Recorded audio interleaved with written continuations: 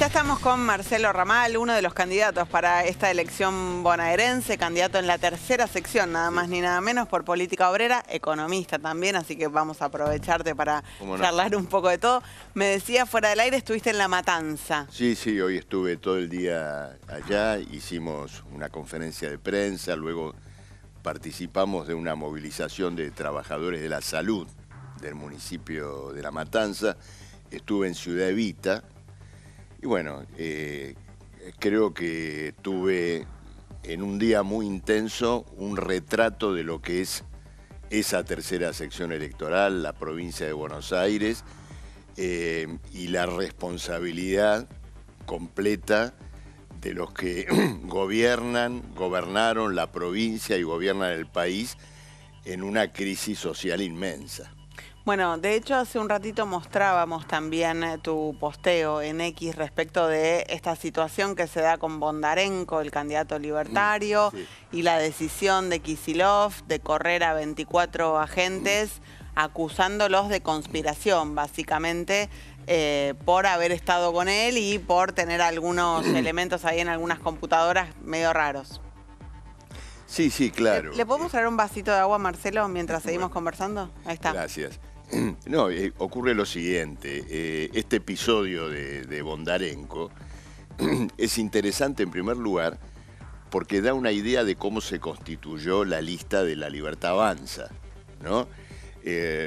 Resulta que eran Karina Milei, los que están alrededor de ella, los partidarios de la construcción pura, libertaria, ¿no? Todo esto que se decía, bueno, le alquilaron la lista a la bonaerense, ¿no? Esto es lo que surge de acá. Con lo peligroso que sí, un lobby, digamos, un lobby policial que naturalmente va a defender una de las cuestiones que se están colocando en la agenda de esta campaña electoral, más allá incluso de la propia Libertad Avanza, que es abordar el problema de la inseguridad ciudadana desde el punto de vista de un reforzamiento de los aparatos represivos de la provincia, ¿no?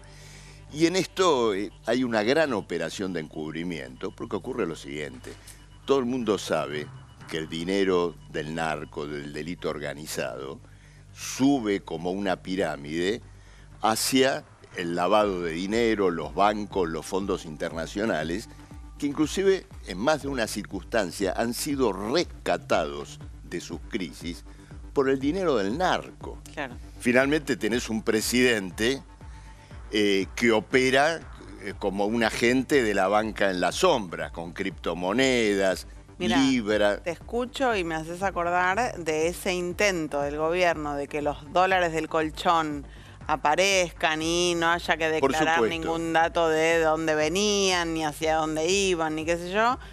Y por supuesto, entonces después la inseguridad sería el resultado, ¿no es cierto?, de lo que ocurre en la base, ¿no es cierto?, de esa pirámide del delito. Ahora, el otro componente es una crisis social inmensa, una juventud sin futuro, barrios que están completamente destrozados. Hoy estuve en Ciudad Evita, un barrio de trabajadores que supo ser una zona con casas bonitas, bien cuidadas.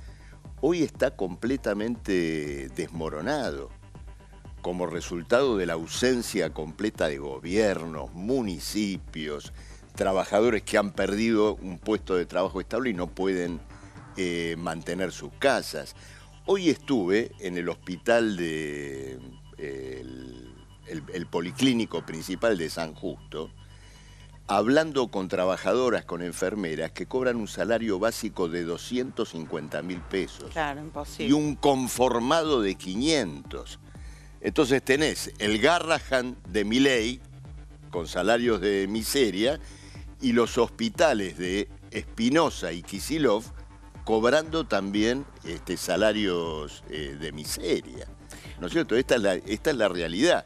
Frente a eso, bueno, nuestra lista, nuestro partido Política Obrera, va a colocar fuertemente la convicción de que en un escenario de partidos, de gobiernos fracasados, es necesario colocar una alternativa propia de los trabajadores, que además tiene lugar en un momento muy particular, no solamente de la Argentina. Uno dice elección de la provincia de Buenos Aires, tercera sección, pero en el mundo hay una guerra. Y esa guerra se relaciona con los mismos problemas que se dan, vamos a tomar, en la matanza. Es decir, el intento de rescatar a una organización social enferma, declinante, el capitalismo, sobre la base de la opresión, de la guerra, de los padecimientos infinitos, ¿no es cierto?, para la población trabajadora. Entonces, nuestra salida es socialista contra la pretensión de que los trabajadores tengan que pagar con miseria social, incluso con muertes o masacres, como ocurre hoy en Gaza, por ejemplo. ¿Qué es lo que queremos? Bueno, que esa clase trabajadora, la clase productora, asuma los resortes de la vida social y reconstruya sobre la base de la colaboración común una sociedad que está en completo derrumbe. Nosotros vamos a hacer la lista que va a colocar en esta elección la necesidad clara, urgente de una salida socialista. El mundo va claramente en la dirección opuesta, ¿no? Trump, Bolsonaro, bueno, acá Milei, no sé, Orbán, Meloni. Hasta cierto punto sí. Decime cómo lo ves, porque yo soy pesimista y me viene bien una mirada un poco más optimista. Ocurre lo siguiente. Te lo admito hasta cierto punto, en el sentido de que son gobiernos que sí van a esto, pero yo te hago otra pregunta, otro planteo. ¿A dónde va el mundo de la mano de Trump, Milei, Netanyahu, Orbán o Putin? A la guerra, a la muerte, a la persecución de los migrantes. Entonces, eso los descalifica de cualquier salida, y ahí viene la parte donde tampoco estoy de acuerdo con vos, en el sentido que esa convicción está despertando reacciones poderosas. Mira, recientemente una encuesta sobre la juventud norteamericana reveló que el 65% de los jóvenes en Estados Unidos se asume como socialistas. Bueno, te doy también un contraargumento contra mía, pero tenés ahí también al probable nuevo alcalde de Nueva York, el demócrata. Te lo iba a decir. Mamdani, que bueno, también confirma, ¿no es cierto?, confirma esa cuestión. Entonces, ¿qué ocurre? Volviendo, ¿no es cierto?, al caso de la Argentina, imagínate lo que fue este cierre de listas, cortes de luz, apagones para que se puedan presentar más tarde, una lista alquilada a la policía bonaerense, candidatos testimoniales, no uno, casi todos. Gente que se presenta y que dice, bueno, yo estoy acá para poner la cara, pero naturalmente soy intendente, soy vicegobernadora, soy esto y todo lo demás. Simplemente vengo a cuidar un aparato, un núcleo de intereses pequeños e incluso en extremo mi propio interés personal por parte de muchos de ellos. ¿Y por qué? Porque no tienen otro interés que puedan representar de cara al electorado, de cara a una población. Un electorado que, por otra parte, en un 45-50% no ha ido a votar. Sí. Algunos de estos mismos políticos hasta asumen una posición de reproche, ¿no es cierto?, con esa población ausentista. Yo no le hago ningún reproche, yo la entiendo perfectamente. Lo único que le digo es que desde nuestra agrupación, desde Política Obrera, el esfuerzo que hemos hecho en constituir una lista que va a estar en toda la provincia, reunimos como 800 candidatos, es resolver positivamente ese disgusto que lleva a la abstención, votando por sus intereses, votando por una perspectiva histórica diferente. Nosotros vamos a colocar 3 cuestiones centrales en la campaña. La primera, la cuestión del salario y de las jubilaciones en un país que ha liquidado el 50% de su salario, no solo ahora, sino, digamos, en los últimos 8 años. Hagamos un punto ahí, ahora seguimos, porque justo quería preguntarte esto. Hablábamos recién con los dos invitados anteriores de qué pasa con la estadística oficial que viene un poco a contramano de nuestra percepción. Hoy habrás visto, el INDEC publicó que los salarios le ganaron a la inflación el mes pasado, los públicos más que los privados, pero todos le ganaron a la inflación. ¿Qué pasa con eso? Sí, cómo no.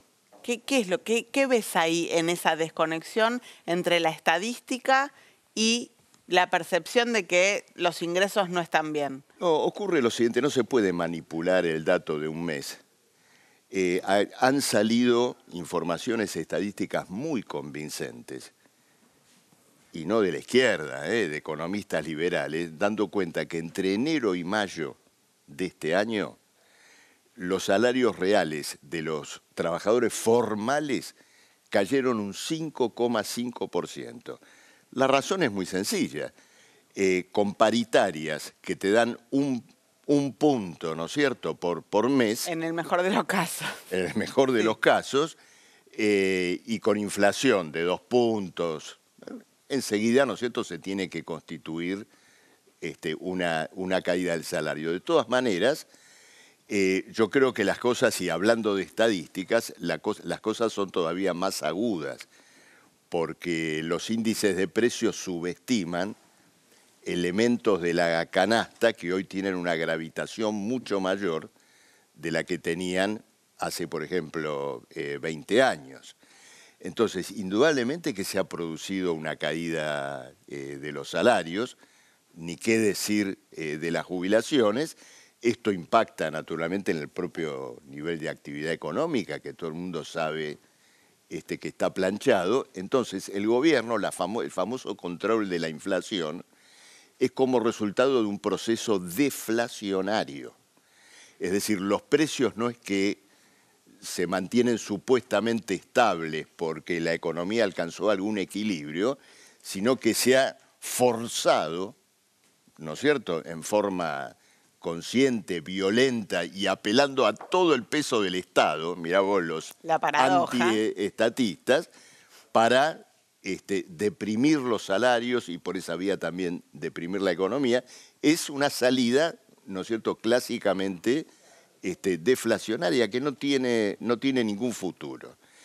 Y el gobierno lo está mostrando con las volteretas desesperadas de los últimos días, el intento de frenar una corrida cambiaria sobre la base de absorber pesos a una tasa de interés usuraria.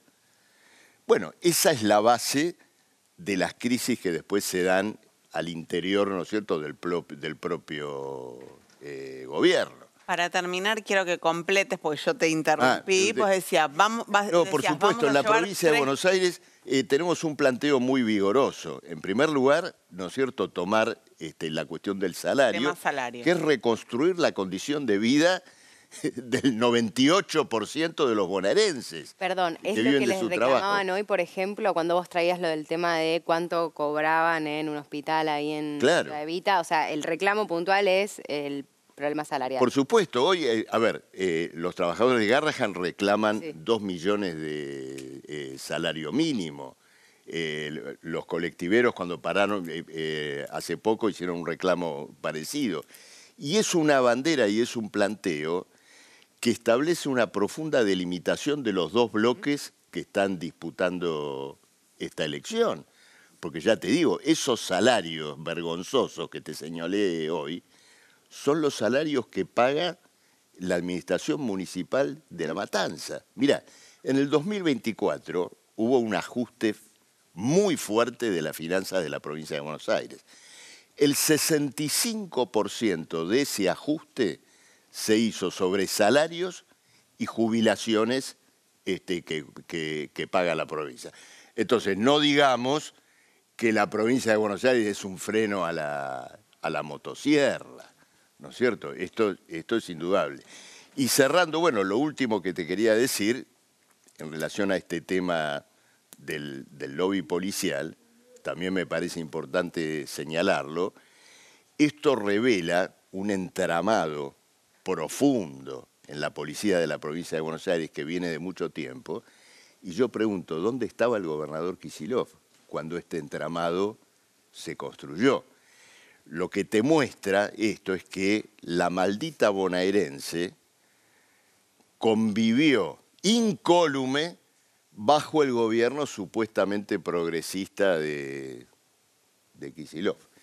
Y no me lo preguntaste, pero a lo mejor te pasa por la cabeza saber por qué Política Obrera se presenta en forma independiente a otras cosas.